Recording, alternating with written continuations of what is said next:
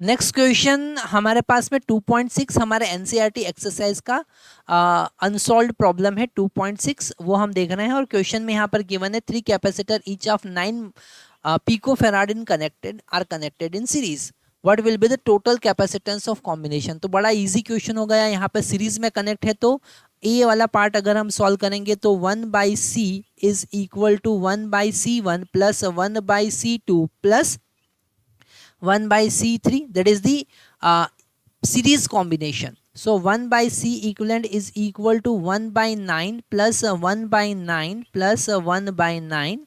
So 9/3 यहाँ पर हो जाएगा, मतलब कि 3 पिको फैराड हमारा इक्विवेलेंट कैपेसिटेंस आएगा। तो ए वाला पार्ट सॉल्व हुआ। बी वाले पार्ट में क्या लिखा जरा देखते हैं, what is the potential difference across each capacitor in the combination of 120।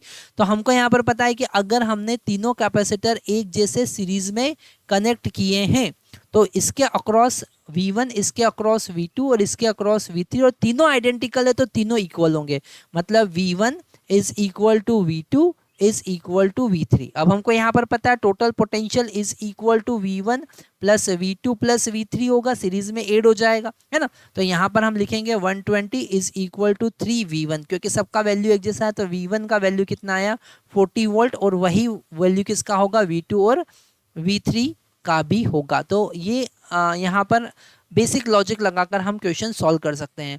Again this are the basic concept. With the help of this concept we can solve any kind of numerical. What are the basic concept? If you are connecting the capacitor in series, then equal charge will be there in each capacitor and potential will divided.